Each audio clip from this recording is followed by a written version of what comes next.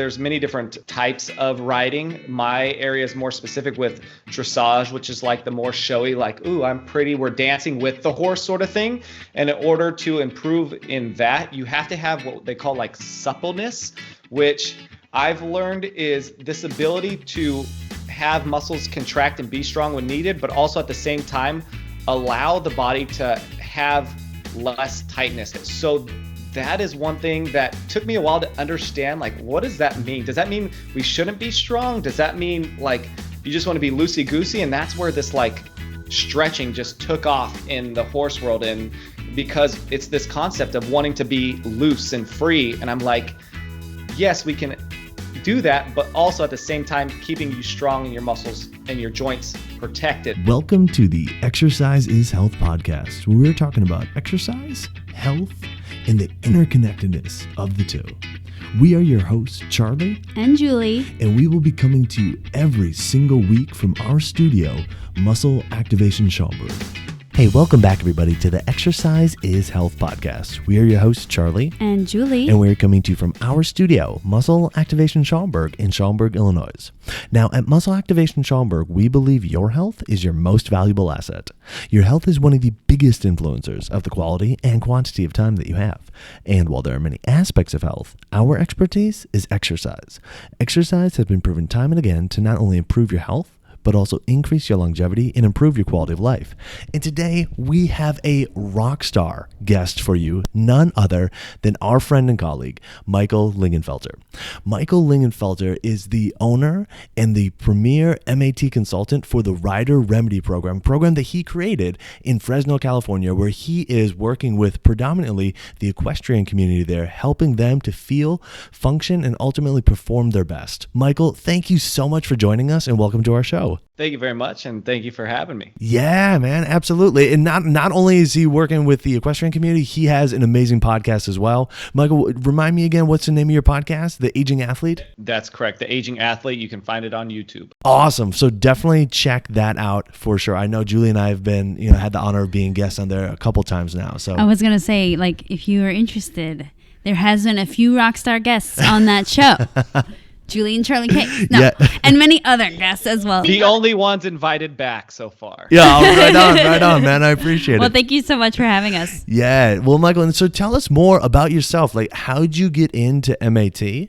And then let's start there, and then we'll kind of go, towards the equestrian community, because I know that's kind of what your niche and your specialty is right now. Yeah. So it all started back about 7 years ago when I was a professional dancer in LA, and I fractured my back, not dancing related, but I fractured my back. It took me out of what I was doing for a living.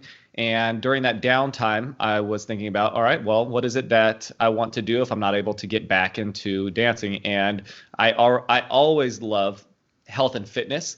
And so I took a step into getting my first personal training certification. And so once I took a step into one of the gyms to get a job for the first time as a personal trainer, I fell in love with it.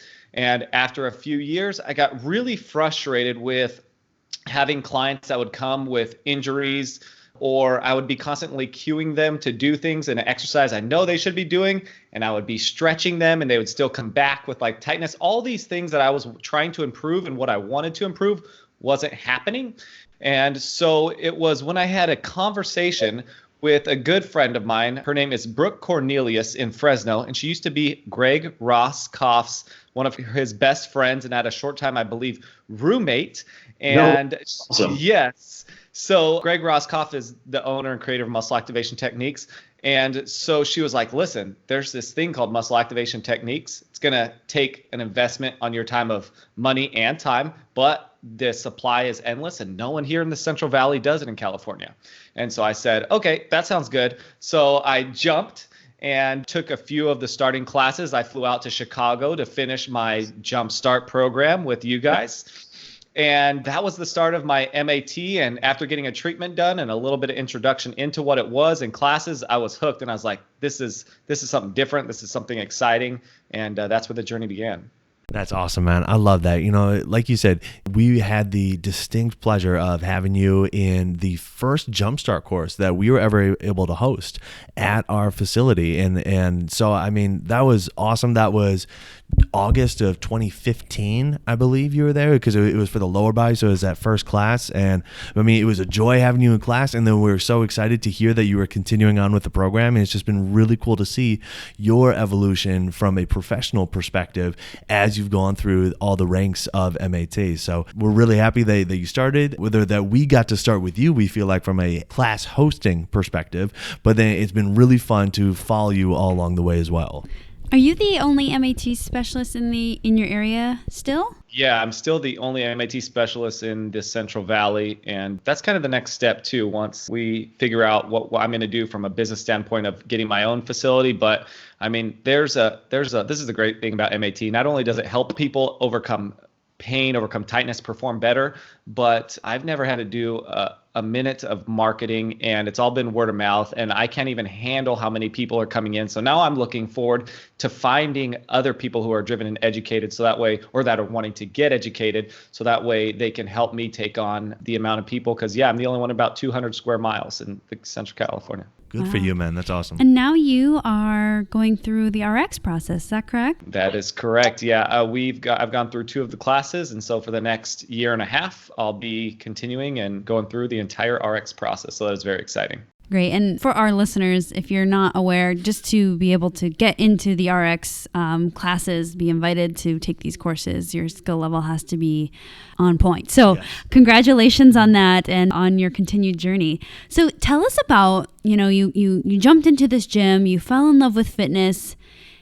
Now, because you loved it, was this now your career all of a sudden, or was this like a part-time thing? And then how did you start integrating MAT into your, fitness-based business? Yeah, so it was something that the minute I had my first couple of clients, I was like hooked, because I was seeing me being able to help people like I was able to help myself. And so I was fortunate enough to be in a massive gym where there was endless supplies of people coming in and out. And it was just a matter of how much did you want to have awkward conversations with people on a treadmill to try to get them to train with you.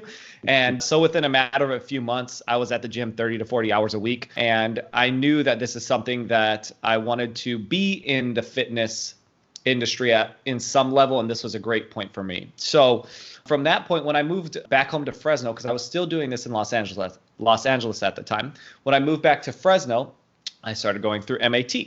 And when I was going through MAT, what I did is I just took my current clients and I said, hey, listen, there's this thing that I'm doing. I am not going to charge you for these sessions, but I'm going to practice my skill, and also you're going to see a great benefit. And so I did that with as many of the clients that wanted to jump in and do this with me. And when I was done with the program, then I had about half of my clientele ready to pay for MAT sessions and telling all their friends about MAT sessions. That's awesome. And so what year did you wrap up the specialist program? Was it 2016? It was somewhere in between 2016 and 17. Okay, cool. And at what point did you start to make this shift towards kind of specializing your niche in the equestrian community? Yeah, so my niche in the equestrian community was not something that was planned, that's for sure. What had happened was I had a trainer, an equestrian trainer, dressage trainer specifically, come into my office, and she at one point in her career was training horses and people at the Olympic level. So she was very well known in what she was doing, and she came in and she said, listen, I've got this back issue. The doctors are telling me that I'm probably going to have to go through surgery. At my age, if I go through surgery, I can no longer do what I need to do, and I probably won't be able to come back and do it. So she was my first client, and that was about 3.5 years ago. And after about 6 months of working together, she realized that back surgery was like no longer a question, and she had made steps of improvement through MAT with me to get that out of her head and feel good enough again to get back in the saddle. And from that point on, she's still been a client of mine, still's riding great. So 3.5 years, stronger than ever. And from that point on, she told everybody in her barn and then other trainers. And then 2 years later, now that's, I would say, about 75% of my clients that I work with. So that's an awesome story. And I think it's always so cool when you can take someone that is like, being strongly recommended towards something they absolutely don't want, and you're able to get their body to a point where, they're able to do the things they want. Charlie and I always talk about how exercise and MAT are all great and fun, and, we geek out about it. But in the long run, the whole goal of it is to help other people do physically what they want to do with their body and with their life. But, it is an interesting idea where, and I think every MAT specialist has had this experience where we get an individual that's being recommended for surgery, which is a very invasive, very serious thing. And then they do some stuff with us, with you, and they don't feel like they need surgery anymore. The doctor even might suggest they don't need surgery anymore. So without sharing, specifics obviously on this one client, but what kinds of things are you doing? Magical things are you doing with someone that, maybe use this client as an example that could take someone from a state of like, wow, I'm about to have to lose my career over this to, okay, my body's functioning well and I can see myself continuing to do this activity that I love? Yeah, that's a great question. Most of the, I would say, riders in general that come in are either have aches and pains on a scale of debilitating to minor annoyances. And so the first thing I do with any client is a super deep dive assessment. So being able to use in muscle activations, our comparative assessment of mobility, looking at the body from left to right, looking for just all we're looking for is imbalances in the body, maybe showing us there's some dysfunction that we could potentially dive into first. And so I do that in some combination of other things to really get to know what's going on with this client, potentially what are the things that are causing them to have to put extra stress on their body or have had put extra stress on their body in the past, injuries, etc. So get to know the client first. And then from there, being able to use the skills of muscle activation techniques to be able to start improving the neuromuscular function of their body. How well can their muscles contract and protect these areas that are either dysfunctional or not able to handle the tolerance of what they're doing in their sport. So it's this big game in the beginning of assessing to try to figure out, okay, what do I believe is going on? Creating a handful of theories and then using the skills of muscle activation to physically test, are these weaknesses that I think are causing these issues actually happening? And if so, then we can do this fun game of using muscle activation and very specific strength training to get muscles to fire better and then handle more and more tolerances, meaning that the things that they do on an everyday basis or in their sport, their body can handle them better so they don't get beat down and they can feel better over the long term. You bring up this word tolerance, and that's a really key concept that we're finding. And we've had the pleasure of talking in this format with a number of MAT practitioners, and the word tolerance is coming up time and again in maybe different verbiage, but that idea of, hey, how well can your body essentially handle the stresses that are placed upon it? I mean, I know in our interview with Greg, he spoke about that. In our interview with other practitioners, they spoke about that as well, talking with people kind of all across the continuum. So, what do you find working with, predominantly with the equestrian community? What do you find to be some things that are particularly stressful about, riding a horse? Is it that everybody that rides a horse gets bucked off, or is it the high speed riding down you're chasing somebody on a horse? I mean, like what because when I'm thinking equestrian, I mean, don't get me wrong, there's clearly like physical impact involved with riding a horse, but I'm not thinking Kentucky Derby. And I'm not necessarily thinking like trying to tame a wild animal. These are highly trained animals. So what things do you see that are particularly stressful that somebody's body may not be able to tolerate from an equestrian perspective? Yeah. So I think we can really break it down into three areas. One being the culture of an equestrian rider. So the culture of equestrian rider is very similar to the CrossFit world in wearing pain as a badge of honor, and you just push through it. And so you get off the horse, you jump out, back on it, you maybe brush your shoulder off that's slightly fractured, but you keep going. And so, so there, and unfortunately, a lot of the people who do this for a career don't have an option a lot of the time, because if it's not enough to put them in the hospital, they still have to get on and put their body through a lot of stress. So that's number one, is this culture that really pushes them to overuse their body, even when there's signs of, hey, take it easy. The second one is to sit on a horse. Your legs have to go farther than 30 degrees on each side, and your hips don't do a very good job of going past 30 degrees abduction or moving away from each other. And so there's two things that happen there, which is there's probably a lot of compression and unwanted forces in the hip sockets to open up that far. And in order to get that, they have to compensate by maybe arching their back even more, their lower back, and also externally rotating their hips. So they're doing things to compensate to achieve this position that they have to sit in for a long time. That puts a lot of pressure on their back because it's now arched, and their lower back is, again, kind of compressed, and then their hip joints are in a very extreme end range of motion. And when you ride for a while, it's this constant up and down, and you can imagine the vertebra, if they're already in that extended position, arched back, lower back. So there's a lot of that going on over the years that is causing them overuse of those muscles and joints and abuse in the body there. So that's the second thing. And then the third thing, the overuse factor. So you're in the sport using the same muscles over and over again. You're pushing through constantly, and then your body is in a place that is not natural, which that's most sports.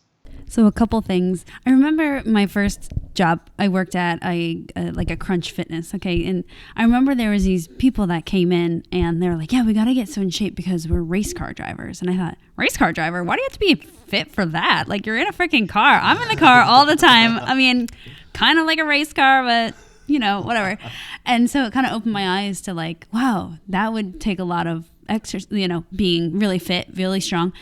And as, the first time I learned about you working with the equestrian community, I almost, and you can totally relate to this, I almost thought that's kind of actually like dancing. Like when a lot of people see dancers, because it's so graceful and controlled, I think unless you've maybe thought about like the actual logistics of what's going on this stage, or you've tried it, you don't realize the athleticism that it takes to be able to look that graceful. Because I think a lot of times when we think athletes, we think of like football, like you're running full speed into someone else, or basketball, you're like jumping super high. And I feel like the equestrians, the equestrians are like very athletic in terms of like, not only do they have to perform certain things, like dancers, you have to perform a certain movement or a certain choreography, but you're also judged on like, how you looking, right? Like, can you do it? Like, oh, I have a broken shoulder, but I'm still looking graceful, peaceful, like I'm enjoying myself, and then you bring up another great point, which we see a lot in, I think every MAT specialist sees a lot of golfers, but with golfing, some of the issue with golfing is this end range, which you brought up with the equestrian sport, where it's like your back is arched. That's the end range of what your spine can do a lot of the times. Or to achieve the motion of sitting on that horse is like end range of motion in one of the planes of motion that your hips can achieve. So for our listeners, these types of positions are very stressful, whether you're on a horse, whether you're on the golf course, whatever it may be. But what's interesting, I was thinking, as you said, when someone's on a horse, not only are you in that position, but there's like this kind of bouncing downward force that's almost pushing you further. It's kind of like that ballistic stretching, which I think everyone kind of knows is really not good for you now. But basically, that's what you're doing on a horse, it sounds like. Mm-hmm. It's passively putting you in positions you couldn't control on your own in those end ranges, which is not going to be good for your joints. So, Michael, I'm very unfamiliar with how this would work technically, but I'm hoping that you can shed some light on this. But I know that when a rider is on a horse, a lot of what their body does and doesn't do is like the cues for the horse. Can you talk to us a little bit about that and how getting someone's body working better can influence their riding skills? Because I think what you've brought up so far, which is really important, really valid, is when people aren't feeling good. It's like, oh, well, when your body moves better, you feel better, and then you can ride better. But also, how does doing, your program help a rider's body move better and then thus lead to better riding skills, better communication or connection with their horse? So the platform or the framework that I use with every rider is called the MOST system. And it's how to get the most out of your horse by how to get the most out of yourself. And so we start with the M, and the M being mobility. So your mobility when you ride a horse is going to allow you to dictate your posture and position in the saddle. And so for a rider, posture and position is everything, because like you mentioned, the only way they can communicate to their horse is through what we call aids. And aids is just pushing on the horse with a part of a body, whether it is the inside of a leg, the ankle, a rein that you're holding on to. Those positions and the posture are going to dictate, they're going to be like the starting point for how I communicate. So if I can't even get into a position of neutral where I'm not communicating much and I'm just able to sit on the horse, that's the first step. And so the mobility dictates that. So being able to improve mobility, that's where we use the MAT and a lot of mobility type exercises to get them to have a foundation that they can have this symmetrical control. Because horse riding is one of the few sports that symmetry is actually super important. Because if you think about any sort of golf, any sort of football, any sort of throwing or hitting, a lot of the things are being done in one direction. Whereas when you're sitting on a horse, symmetry is huge, because if you have more weight in one sits bone, or if you are collapsing and you have more weight in the saddle and your foot, it can all change everything. So that is the M for mobility. And then the second part is the orchestration. So orchestration is going to be this improvement of how I can facilitate the muscles in my body. How well can I keep things still while moving others? And this is where we get into being really good at having clear and consistent aids, because what can happen is someone can have great mobility when they're sitting in the saddle, but if they're flopping all around, it's going to sound like they're yelling to the horse, right? So this horse is feeling all these sensations all over because they lack the ability to hold certain joints and muscles still while being very specific about what they want to move and how they want to communicate with that horse. So that orchestration is really important once we have the mobility. And then lastly, the strength is going to help these riders have more ease in the saddle. So if you could imagine that when you are sitting on top of a 2,000-pound animal and there are forces underneath you moving up and down, and then since you're holding on to reins, there's forces pulling you back and forth, there's a lot of force or work in your body that needs to be done in order to handle this. So the way I like to go about this is thinking about it like, okay, let's imagine that if I'm going to ride a horse, it's going to ask me to do a value of 100 strength points. And that's how much it takes to handle this horse. This doesn't really exist, this 100 strength points. But let's say my body can only produce 100 strength points. That means the whole time I'm riding, I am at 100% of my maximum ability, which is going to tire me out. So if we can strengthen you to get to 200 strength points, then that means when you're in the saddle, you're only working at 50% of your capacity, which means you can recover better. You can do this thing for longer. And because when you're doing shows, you're riding for multiple days. If you're a trainer, you're riding multiple horses. And then lastly, it's going to help with the longevity of your sport. So that is the framework that I work with all the riders, the MOST, and then T is just time in training, because without that, none of the rest matters at all. And unfortunately, that's the hardest part. But that is the framework and how this benefits riders to have better control of their body, more mobility, and more strength. I love it, and I love how you're incorporating the strength aspect of it. I want to kind of transition into that and dive deeper into kind of what this strength training looks like for the equestrians that you are working with. Yeah, so I have a two-pronged approach when it comes to strength training, in the essence of I want to have skill-specific training to their sport that is going to improve their sport, but at the same time, I need to train their body like a body, because a body does so many things, and if you give it just certain inputs, there's going to be other inputs, meaning if you're only training certain muscles, you're going to ignore other muscles.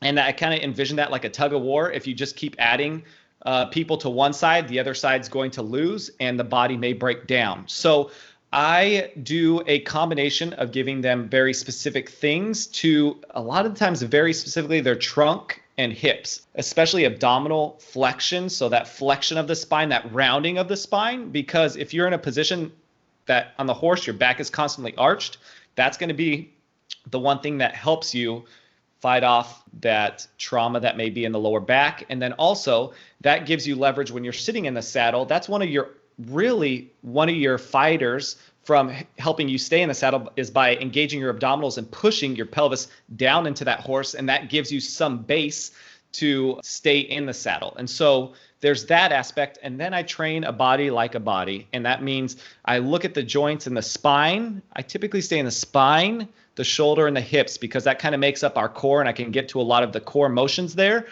and focus on, okay, what does the body do? It pushes and pulls, and then you get rotation as well. And so what does that look like in the shoulders? What does that look like? And it can push pull in different planes, and in the spine and in the hips. And with any new client, there's a big learning of skill. So strength training, a lot of people will just want to feel tired. Maybe they want to feel a burn, but it's like there's a solid month to 2 months where we're just learning how to do the skill of strength training. And then there's this whole progression of how I go with riders, but it starts with the skill. And then I teach them how to contract muscles very hard through isometrics. And that is a very fun way in their sport to get a carryover, because a lot of the times they're just holding positions and resisting force. So isometrics are huge for them. You bring up such a good point where resistance training is a skill because I think that, a lot of times we think about working out, we think just like what you said, at the end I should leave tired or sweaty or like feeling like I have to crawl out of the gym. But really, it does take such a skill to be able to control your joints in these specific manners. And when you get trainers that are training the body like a body, which is how we try to promote training. And if this is like your first time listening to our podcast, Charlie and I talk about this all the time. And I'm sure Michael talks about it all the time on his podcast, but you're probably scratching your head like, well, duh, how else would you train your body? But what we mean by that is like, hey, we want to train your shoulder to be an awesome shoulder. So that whatever life throws at your shoulder is the best prepared to tolerate that. We want to train your spine to be an amazing, strong, tolerant, with high tolerance spine, so that whatever life throws at your spine, you're able to tolerate it. But you're right, it takes a long time, and I think it's really client specific. I remember I had a client that took about 1.5 years. He had never worked out in his entire life, and he started working out in his 50s. And we did stuff that was really safe, and finally 1.5 years later, he's like, wow, I think I can feel that. Is this what you've been talking about this whole time? I was like, yes, awesome, that's so great. But I'm sure with equestrians, you're working with people that are more familiar with their body, kind of have felt their body before, maybe not in these ways, but it does translate quite a bit. Okay, so more about your equestrian program. We talked a little bit about the MAT. We talked a little bit about the training. Now, are people in this program, is this like a come see Michael and this is what we do together? Or is this something that people do online? They take classes with you?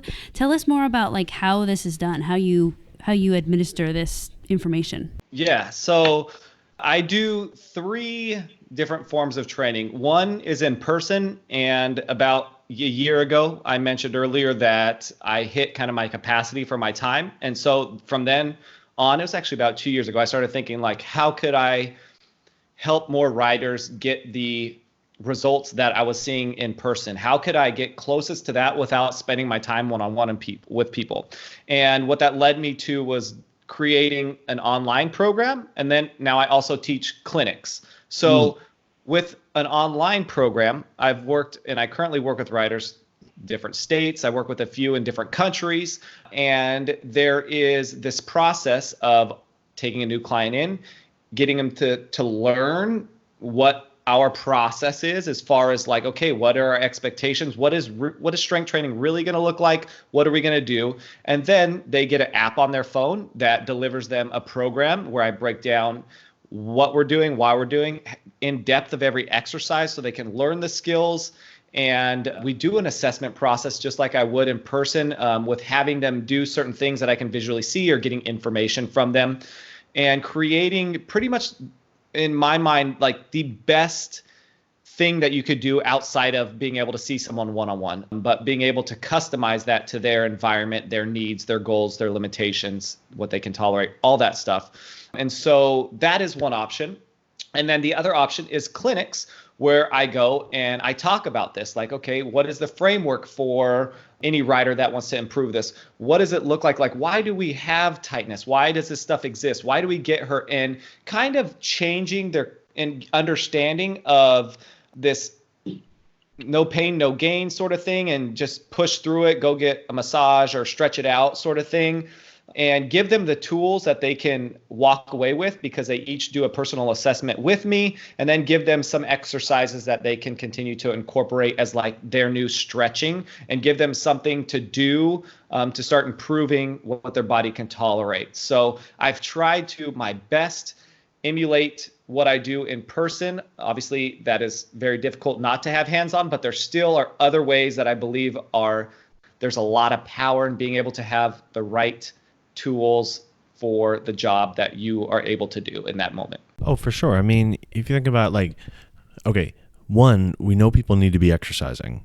And then two, if we can give them some kind of guidance or framework about how to think about their exercise and how to go about exercising, they're going to be light years ahead of where they would be just, going to, a trainer at, any old gym, or trying to figure it out on their own. So, I mean, to your point, yeah, it's maybe not as ideal or as specific as being able to work with somebody in person, but to be able to take a very thoughtful, mindful approach to exercise, that's pretty rare in the fitness industry, all things considered. I think, us three, we get to kind of live in a bubble where all of our colleagues think this way, but I think the majority of the fitness industry does not. And so to be able to have that kind of guidance, even remotely or digitally, that has to be a huge help for people. Do you find that when people start up in the online or with the app, that they are consistent with it and they are able to, see progress that they're hoping for? Yeah,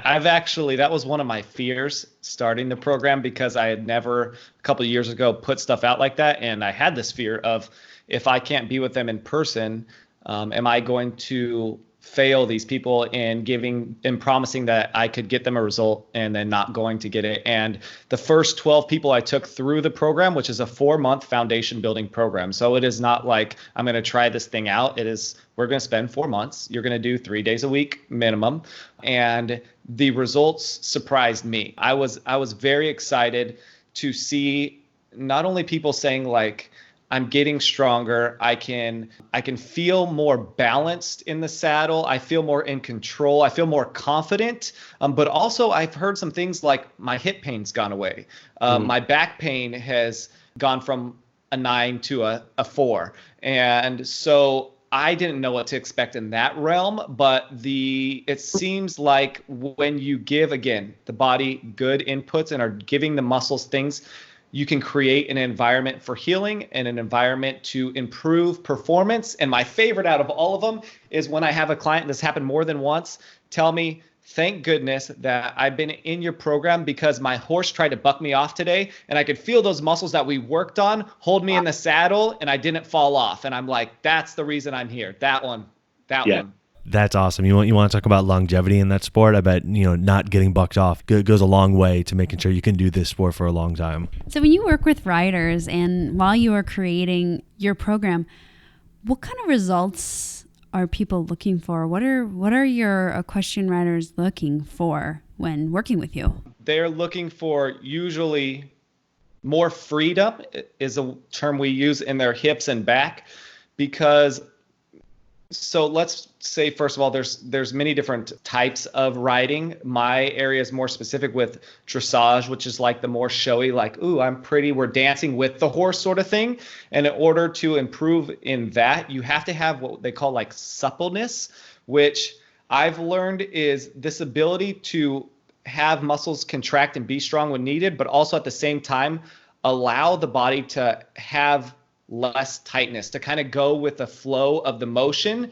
And so that is one thing that took me a while to understand, like, what does that mean? Does that mean we shouldn't be strong? Does that mean like you just want to be loosey-goosey? And that's where this like stretching just took off in the horse world. And because it's this concept of wanting to be loose and free. And I'm like, yes, we can do that, but also at the same time, keeping you strong in your muscles and your joints protected. So that is one of the results, or one of the things they look for, is this suppleness. And the second is that balance on the horse. So being able to access the muscles they need to, and be able to stay on the horse so that way they can give it the specific commands or aids that they need to. And then the core strength, that's something they always throw at me as well. And I'm like, all right, yep, you're right. That's important. So core strength, balance, and then suppleness or mobility, freedom. Yeah, I would imagine that, like, that supple, because I can envision what you're talking about with the suppleness, where it's like, oh, it almost looks, and correct me if I'm wrong, but it looks easy for them to do that. Like, they look fluid and relaxed, and really the rider is probably thinking like, wow, like every muscle in my hips, my heels, my calves are like, working. And in a way, it's kind of like dance. Like, you don't want to watch a dancer like do these amazing moves and then have this worst face ever, like, oh my gosh, I'm breaking my back doing this, blah, blah, blah. So that's such an interesting thing you bring up. And I have a really quick story. In college, I remember my roommate, she had a horse farm, and I didn't know this, and also I'm slightly terrified of horses, and they are like giant animals, and you don't really know. I didn't know what I was doing. So anyways, she's like, Julie, just get on it. I was like, oh, okay. So I got on this horse, and I remember she's like, okay, so just sit there and don't do anything with your legs, and don't do anything with your arms. So it was like she was telling me this thing of like not do stuff, because I didn't realize that like if you do stuff, that's telling the horse that I'd like the horse to do something different. She's like, okay, you're just gonna walk the ring, and then there's like a jump. There was a jump there. She's like, you guys are just going to walk over it. Like, if you don't do anything, you're just going to walk over it. So, of course, I'm getting anxious as we, like, walk up to the jump. And, like, this horse is just walking. I think it was even a pony even. So, whatever. And so, of course, you know what happens? Like, I start clenching my legs together. And I was, like, leaning back, like, oh, my gosh. And the horse then starts running and jumps over the jump. And I was like, oh, my gosh, this is crazy. She's like, did you I don't remember what the cue was, but she's like, did you squeeze your legs and pull back like you were getting anxious? I was like, yes. And she's like, oh, well, you told the horse exactly what it should be doing. But I share that story because I wasn't thinking that I was changing what my body was doing. And, I thought in that moment, I remember I was an exercise major in college, thinking, wow, you just do like one little thing, like blink your left eye, and it makes you get off the weight. And then, the horse is doing something different. So it's very interesting. I couldn't imagine riding a horse and trying to do all these cueings or aids with my body and something not be feeling well. Like, imagine if you had like a pulled groin muscle and like you had to do something with your right leg on that side, that would be super tough. So I can see how it's so important that the rider's body is just feeling its best and you're able to access all the muscles, which is one of the goals of MAT itself. It's like, hey, can we use all your muscles when we need to? Yeah, I'm curious. So you talked about the hips and the trunk and the shoulders and whatnot. Do you find that working from an MAT perspective, people's grip and people's like hands and not necessarily their finger dexterity, but their forearm strength and getting the muscles of their hands working better? Do you find that has a big impact over what they're able to do with the horse? I would say yes, but it doesn't typically come through like thinking about working with the hands. In essence, I see most of the riders that I work with have a large gap of strength when it comes to their shoulders and compared to their legs. And when we start doing things to improve the strength in their shoulders and then the understanding of how their shoulders move and how that impacts the rest of their arm, that it improves their strength in their forearms and hands, because now they have the shoulders to support as opposed to relying on just the hands and forearms. No, that definitely makes sense. And I think we see that as well as like, hey, if the hands and forearms are the only thing working well, trying to compensate for a weaker shoulders or weaker core, those things are going to get beat up. But, just like everywhere else in the body, hey, if we can work on the things that aren't working as well, the core, the shoulders, etc., now all of a sudden your hands can actually function better and they're not having to take on nearly as much as a workload. So that definitely makes sense. Julie, I would like you to speak on this, because as we're talking, I'm thinking, and one of the hardest things I've come across when it comes to working with a rider is making time for themselves, because they take on this, I have to take care of my job, I have to take care of my horse, I have to take care of if I have a family, and I always put myself last, or majority of them will not put themselves in the equation because they have all these other things they have to take care of, and it's an easy excuse not to make. And I know you are a mother, and I was thinking in the same way that these people are taking care of their horses and family, that you probably run into the same objections or problems with raising a family or having a kid, and yet you realize that by prioritizing your health and your fitness, you are better able to take care of the things that matter to you. So how would you speak to these people that say, I don't have time to take care of myself because I have all these other things that I have to take care of? That's a great point, and I'm not sure if this is something I have to work on too. I think just as everyone else, and I think that's the first step, is like identifying that. I think that the biggest wake-up call is when you're feeling on the extreme of deprived of taking care of yourself. And I always remember this whenever my daughter has a really rough night. So I usually get up with my daughter when she's not sleeping well, and that means that we both don't sleep well. And she gets to nap all day the next day, so it's no big problem for her. But I do not, because I have to get up and do things and work and record amazing podcasts like this. And that's when I notice the most, like, wow, I feel like a cruddy mom today. Like, I have very low tolerance for anything. I can't handle cooking dinner without yelling and cursing. I can't, drive in my car. I don't feel good working out. I'm eating like crap because, I'm just depleted. And so I always remember those days. I even felt that way 2 days ago because we had a rough night. She's teething her teeth. And so, sleep is not going well. But that's when I always remember, like, wow, I feel like crappy when I'm not doing this one self-care thing, which in that instance is sleep. But I also start feeling that way when I start neglecting, anything. It's just that I think sleep is so necessary each and every day. Whereas exercise, I think a lot of us can go a pretty long time, years maybe, if you're young, without ever doing anything with your body and still feel pretty darn good.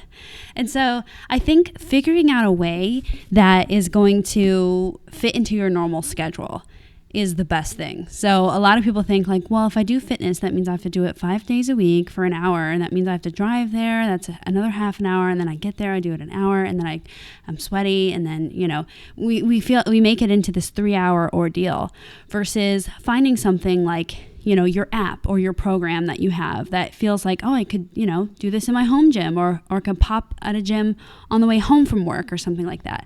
So I think figuring out what is going to be reasonable and manageable. But second of all, I think the biggest thing that helps me keep accountable, because also, by the way, for point one, I don't work out crazy like a lot of like workout people are like, I love working out, it's my life. I'm not like that. I'm like, yeah, how's this the shortest thing I could do today to get the desired result? I think the second thing is surrounding yourself with people that are going to really help you.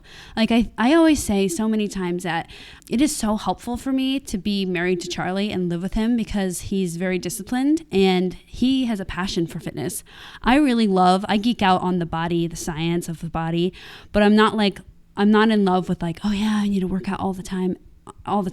And so what's really great is that in a really positive way, Charlie will check in on me like, hey, weren't you going to work out today? Not saying like, dang, you need to work out, but weren't you going to work out today? Like, why don't we make sure you get that in? I'll take Avalon, put your workout clothes back on because it seemed like you came back really early, and go finish your run. Or hire a trainer. Like if you are an equestrian person, hire Michael. Get some accountability in there. I think that really helps me. What is that quote? Like you're most like the 5 people you hang out with. You're the average of the people you spend 5 people you spend the most time with. Yeah. So if you're always surrounding yourself by people that you feel like you have to take care of, that's a big problem, because yes, it's great and it's fulfilling to feel like you're taking care of others, but it's also important to surround yourself with some people that are encouraging you and showing you how to take care of yourself, because it's not always easy. And as a mom, it's like almost like the badge of honor to like, yes, I take care of my family, my house, my food, I go to work too, by the way. And and it's great. And it is a badge of honor, but it is also a badge of honor to be taking care of yourself. So I think finding someone else, at least that's helpful for me, to have Charlie around, to remind you, like, hey, you need to be exercising. Hey, we're not eating healthy lately. Let's get on the fresh food track again, or something like that. So I think number 2 can be really helpful for a lot of people that are putting themselves last. So Michael, on that note, we're curious, what do you do on a daily and weekly basis to kind of maintain your own health and function of your body? So I spend 2 to 3 days a week focusing on cardiovascular work. I've really enjoyed learning more about like what is true cardio and understanding the adaptations the heart needs and the inputs, just like in strength training. And so I spend 2 to 3 days either running, cycling, or on my rower machine, or I have a ski erg as well. One of those that I am doing some sort of longer medium intensity and then some interval high intensity stuff. And then I'm spending usually just 2 to 3 days a week strength training. Every once in a while, I'll try to get in 4 if I'm going for like more muscle growth or hypertrophy, just because I need more volume. But I'm kind of like in between both of you, because I love to I geek out on like optimizing progression, etc., like all that fun stuff. And then at the same time, I'm like, well, I do have a lot of work. What's the best bang for my buck on this day? So being able to really like take away all of the distractions and giving myself 45 minutes a day in the gym with a game plan, most of the time covering my entire body, really just focusing. It's almost like a form of meditation, because I do the exercises, but I'm really just feeling my body, feeling what the muscle contractions are doing, and feeling how far I can push myself, because I know I can keep myself in a safe environment to push myself.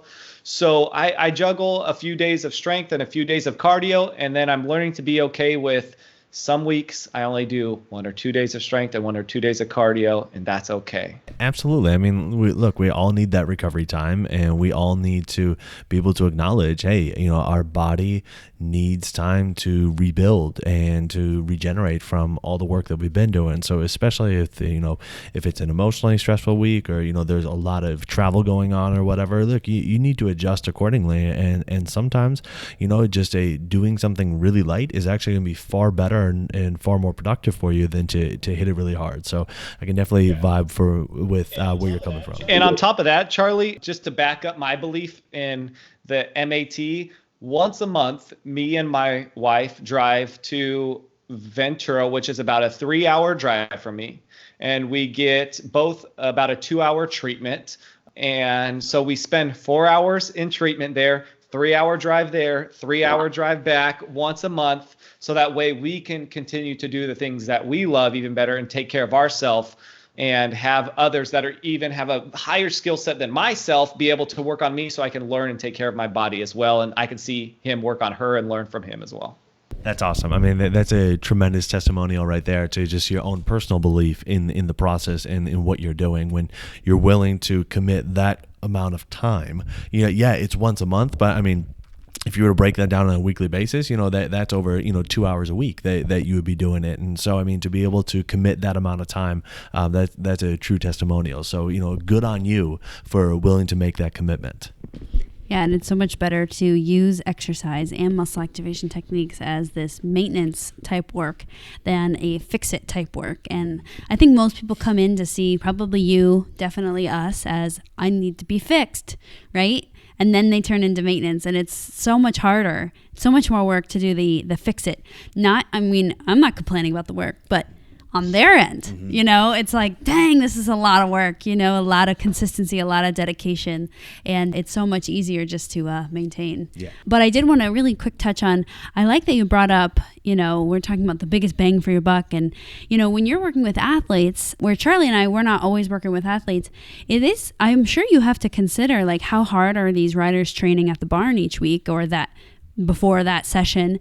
Because I think as athletes, a lot of times we think, oh, if I skills train hard, I should also be working out hard, you know? And then it's like, wait, so 4 hours a day, you're like, you're kicking booty, and when do you ever recover? So I think you brought up a great point with that. So Michael, is there anything that we haven't asked you about your area of expertise that we should have asked you? It's a great question. You know, I think we did a very good job of covering most of the like how-tos and what people are coming in for, the results. I think the most surprising thing to me has been seeing people that need help, and they even mention that they need help, but they end up talking themselves out of doing something. And I see this pattern over and over again. And so it's been really, really fascinating to me to kind of shift my focus of when I'm talking to people, that it's all starting from this mindset place of like, what do I believe fitness should look like? What are my self-beliefs on what I'm capable of? And seeing that is the one thing that's going to keep people coming back and being consistent and starting in the first place. So I am more and more excited to dive into this and realizing that like our own identities we have about ourselves a lot of the times are the things that are going to hold us back. And so with even in my courses now, I offer a handful of trainings on mindset stuff. So like how to create this identity and actions that back up this person that you say you want to be, the things you should be doing, you know, on a daily, weekly basis, you know, how to optimize a day and planning a day out for yourself. So like building structure around creating actions for this identity that you want to be. Because a lot of times I see people coming in with a lot of excitement, and after a month, they sometimes will kind of fall off. And it's just because that momentum is gone and that excitement is gone, and they fall back into their old identity patterns. So I think that goes with pretty much any person that's wanting to change themselves. And I'm realizing more and more that's one of the most difficult things in my field, because once they come in and join the program, I'm like, cool, the hard work is done now. Now I can just get you to do what you're supposed to do. So yeah, that area. Well, no, I mean, I love that you're identifying that, because I think that for all of us, that is definitely a difficulty that we run into, especially with something like you're describing, where the equestrian community is almost CrossFit-like in nature, where it's, you know, I don't want to use the word cult in a negative connotation, but, you know, people are really bought in, and, you know, part of that buy-in is the expectation of kind of how your body's going to feel and how your body's going to trend over time. And so if that's all part of the story and the belief system that they have, well, the idea of, well, hey, maybe my back shouldn't hurt. Well, hey, maybe my hips shouldn't hurt. Well, hey, maybe I actually should be able to do this thing for the next 25, 30 years. That kind of can can fly in the face a little bit of what they believe about their culture, what they believe about their sport, and what they believe about themselves. So, you know, I can really appreciate you identifying that as a sticking point, because that's a huge thing for a lot of people, not just in the equestrian community, but anybody that has a strong communal tie to the physical activities that they're doing, or just the beliefs that they have about, you know, themselves, or their family. Oh, you know, my mom was this way, my dad has this surgery, my uncle had this surgery, so I'm going to have this surgery, anything like that. So yeah, good on you for acknowledging that and confronting that head on and saying, hey, you know, there are some things that we can do from a mindset perspective to help you break through this, so we can actually help to address the issues that you may be experiencing. So I can really appreciate where you're coming from with that. Well, Michael, how can people connect with you? Like, let's say they are an equestrian, they love riding, or maybe they're starting to get into riding. They're like, well, I see everybody breaking down around me, I don't want to go down that path. How can they connect with you? It sounds like you're able to work with them whether they are in your local area or not. So what's some good, you know, platforms for them to connect with you? You know, again, talk to them about your podcast as well as the app that you have. Yeah. So if you are riding and you're going to be in one of two boats, if you're concerned about your fitness, one is like, hey, I'm ready to go. I take my riding seriously. I take my fitness seriously. Maybe I just haven't had the right experience. Then you can just go to Rider Remedy on Facebook, and that'll pop up because my name's going to be too long for you to spell. So go to Rider Remedy. Or if you're someone that's like, I enjoy riding, or maybe I don't really ride, or I used to ride, and I'm not so sure about this fitness thing. I'm not so sure about Michael, but I kind of just want to move around and try something different. As of 3 weeks ago, I started a Facebook group called The Starting Point, an equestrian's journey to fitness. And so I do daily, Monday through Friday. Right now I'm doing live workouts at 7 a.m. every morning, and we're just doing body weight stuff most of the time. Every once in a while, I might throw in a few pieces of equipment, but it's just really quick and easy exercises to start building this new habit pattern, or getting you to feel what it feels like to do exercise. I'll say less sexy, but more efficient and effective. So that's The Starting Point. And again, if you go to Rider Remedy, you can find the group on Facebook. And so those are kind of the two areas you can find me at. Right on. We'll definitely be linking to those in the show notes. And again, give a shout out to your podcast, The Aging Athlete. And then what's the name of the app that you have as well? Yeah, so the podcast is going to be on YouTube, and it's called The Aging Athlete. And then the app is actually not necessarily an app. It's called Trainerize. So that's the platform that you can do the programs through, and I build programs on. So you could download the Trainerize app, but you still would need for me to have you set up a program through there with me. So if that's something you're interested in, we can have that conversation. I would love to, and teach you more about how that would work. I love it. Definitely. And we will for sure be linking to all that again in the show notes, so all of our listeners can find that super easily. So so is there a kind of a direct contact where somebody could shoot you an email or something like that? Michael at ithinkstrong.com. Michael at ithinkstrong.com. I love it. Yeah, so that will be in the show notes as well. So Michael, the question that we like wrapping up with for all of our guests is, what is your definition of health? My definition of health is listening to your body and being in touch with when things may not feel right, and doing either exploring on your own or bringing other people in to guide you to feel better, to allow you to do life better. I think that's a good way. Listen, bring others into it, and do it because do it because it's going to allow you to do life better. Whatever life is for you, whatever makes you happy, your health is going to allow you to do that better. Yeah, no, for sure. I mean, that totally vibes with, how we talk with people about why they need to be exercising, why they need to be healthy in the first place. It's not so they can have awesome blood values and, they can be in and out of the doctor's office in 15 minutes with a gold star.